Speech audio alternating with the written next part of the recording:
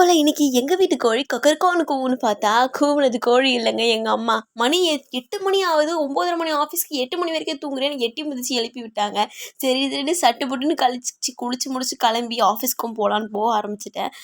போற இடத்துலலாம் டிராஃபிக்கே. சரி அவனுங்களெல்லாம் சமாளிச்சுட்டு ஆஃபீஸ்க்கு போனேன். ஆமா என்ன வேலை செய்ற அப்படின்னு கேட்டிங்கன்னா, இன்னும் நான் ரிவீல் பண்றேன். கூடிய விரைவில நான் ரிவீல் பண்றேன். அதெல்லாம் வேற கதை. அப்புறமேட்டு என்ன ஆச்சுன்னா, இன்னைக்கு எப்பவுமே என் கூட வரக்கூடிய என்னுடைய ஃப்ரெண்டாகிய கொலிக் அவர்களுக்கு உடம்பு சரியில்ல. ஸோ அதனால நான் மட்டும் தனியா ட்ராவல் பண்ண வேண்டிய சூழ்நிலை ஆயிடுச்சு. ஆனா தனியா ட்ராவல் பண்ணிட்டு வரும்போது தான் நெறைய விஷயங்கள் யோசிச்சேன். என்னம்மா?